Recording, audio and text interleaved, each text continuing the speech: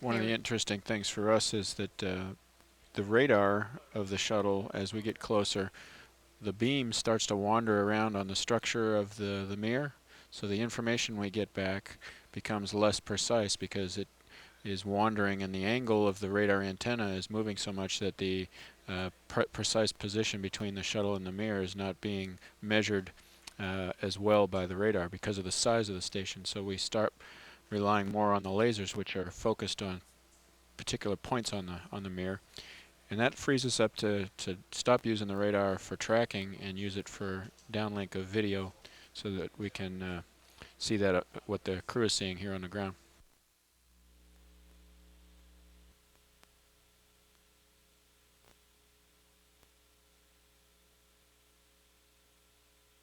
There's a good view there on the TV on the left, computer generated image of relative position right now. The orange module on the bottom of the Mir is the docking module that the Atlantis brought to Mir on the second docking mission.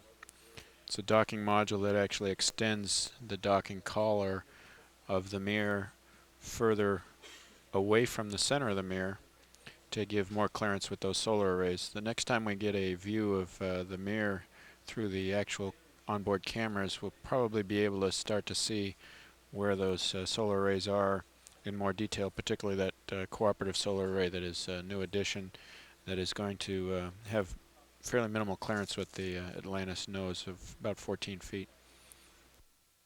We out the window. Copy. And the crew on board Atlantis looking for familiar faces in the windows of the Mir space station. They, of course, on their way to greet and pick up astronaut Shannon Lucid. Today marks Shannon Lucid's 180th day in space, her 178th day as a member of the Mir crew. Atlantis, Houston, we've got TV again. Looks great. There's the view of the Mir docking mechanism in the lights of the shuttle payload bay lighting system that's allowing the crew now to look at the target that's in the middle of that ring. That ring is the docking collar, and there's a target in there that is a white plate with a black circle on it and a cross in the middle that we'll get to see a little more detail here shortly. They make sure that that cross is aligned right in the middle of that black ring and on that white plate, and that tells them that the two docking mechanisms are perfectly aligned. If not, they can shuttle to make them be aligned.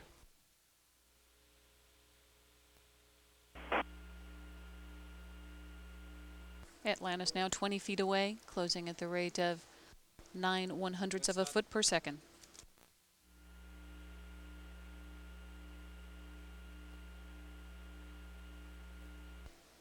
As Atlantis continues to draw nearer to the Mir, this split screen view showing the orbiter docking system capture ring and its extended position on the left-hand view of this picture as it continues to approach the docking module attached to the Mir space station. And Eileen, this is showing exactly what we thought. You can see a real close view on the right of the target, visual alignment target. The cross in the middle is right smack in the middle of the ring, which means that the docking axis is perfectly aligned with the shuttle. On the left side, you can see the where that target is in the middle of the docking ring on the Mir as it approaches the shuttle.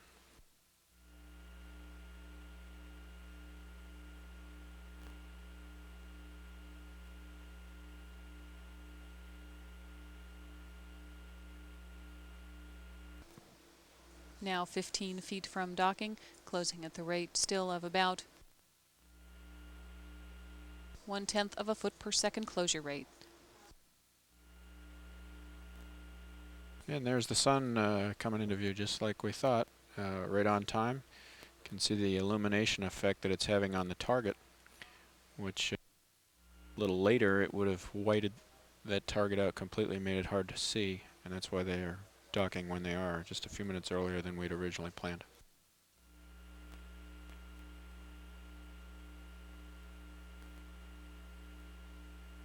The flight dynamics officer here in mission control advising the flight control team that the docking window is officially open.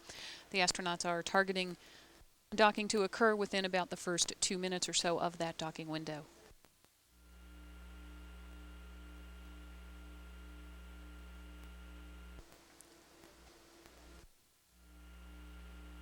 Seven feet away from the Mir space station now, docking at 1/10 of a foot per second.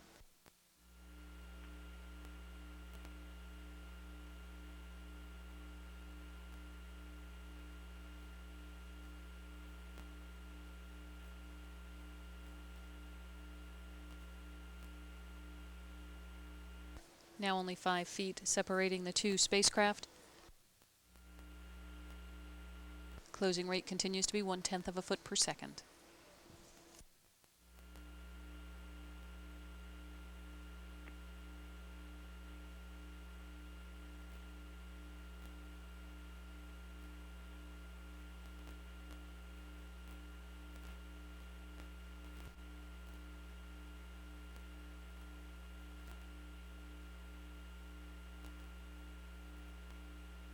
Yes, Cassania. Houston, contact and capture. Atlantis and Mir shaking hands. Copy, capture confirmed. Commander Bill Reedy on board Atlantis verifying two flight controllers here. Capture and contact between the two spacecraft on the third daily orbit for the Mir space station. Copy. This is the 45th orbit of this flight for Atlantis. Docking occurring at 10:13 p.m. Central Time as the two spacecraft flew over Moldavia over the Carpathian Mountain region. And it's one happy moment for the crew. That was about as solidly flown as they can be flown. And you could see right at the moment of contact and capture there were very little oscillations between the vehicles there. It settled out quite nicely and everything looks just perfect. It'll be all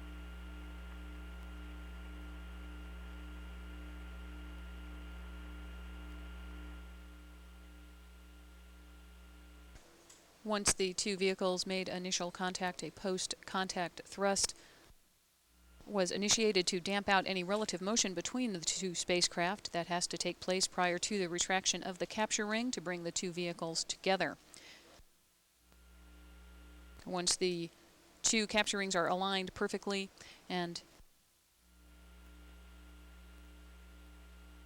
the capture ring is brought back down from its extended or initial phase back down into the orbiter docking system in a maneuver that takes a few minutes to accomplish, and then after that structural latches will be commanded into place to achieve the hard mate between the two vehicles.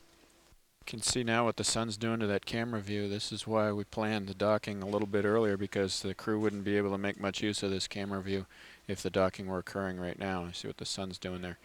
But right before we lost clarity of the image, you could actually see the rings coming closer together. There's another camera view that is looking up higher onto the Mir station, surveying upwards from the docking mechanism. And again, docking took place at 10:13 p.m. Central Time as Commander Bill Reedy continued to control Atlantis, bringing it into position for that docking. Docking took place on the 45th orbit for Atlantis, the third daily orbit for the Mir space station over the region of Moldavia in the Carpathian Mountain region. Process seems to be going quite smoothly, Eileen. The two black rings are almost in contact with each other, and when that happens, they'll start to drive hooks to solidly hold the two structures together. You can see there's a very little gap left between the two black rings. All of this is an indication that the initial docking, contact, and capture were all very well behaved. Sometimes the mechanism takes several minutes to damp out, and we have to wait for that to occur before we can draw them together. We're already done here, and within 5 or 6 minutes of docking, it's everything's working really well.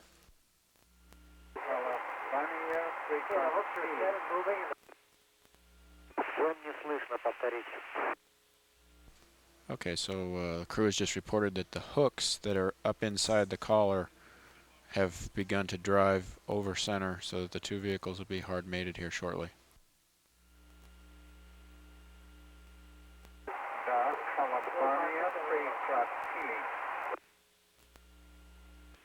Atlantis, Houston, 2 minutes to the ZOE.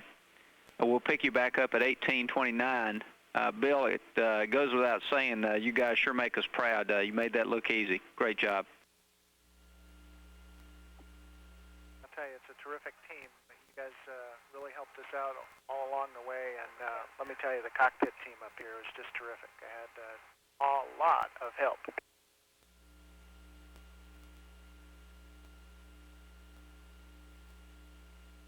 If you would, please pass along to our trainers, just a Bravo Zulu, a terrific job.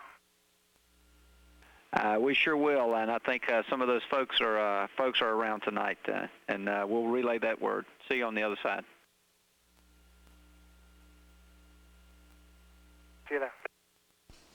On board Atlantis, Commander Bill Reedy extending his thanks to the flight control team here in Houston and to all of the trainers who helped to prepare the STS-79 crew for this mission.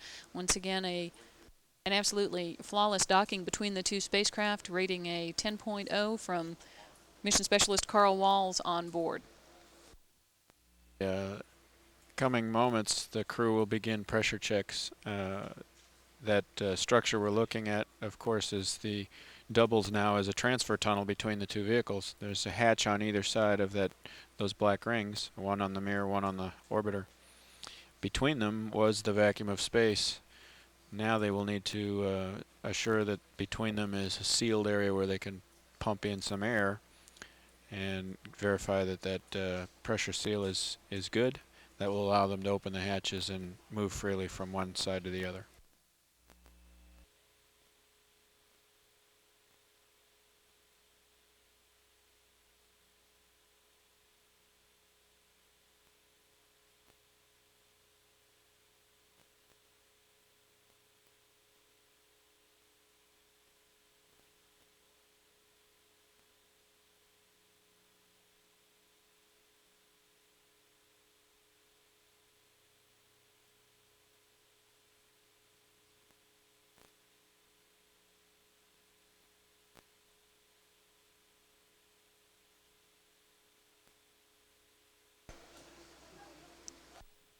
And an enthusiastic greeting by the commander of the Mir 22 crew, Valery Korzun, welcoming aboard Commander Bill Reedy from STS-79. Hatch opening took place at 12:40 a.m. Central Time as the two spacecraft were flying over the South Pacific Ocean at an altitude of about 248 statute miles.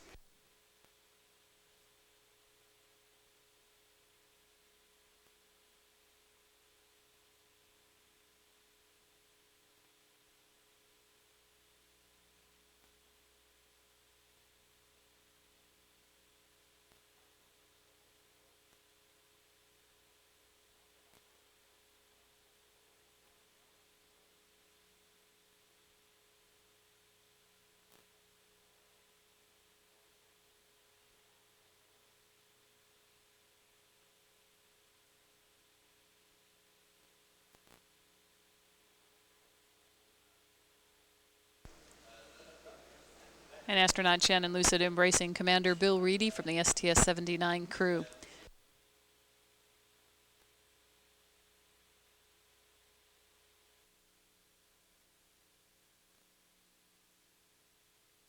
Just about 3 minutes away from the scheduled undocking of Atlantis from the Mir space station. Everything continues on time.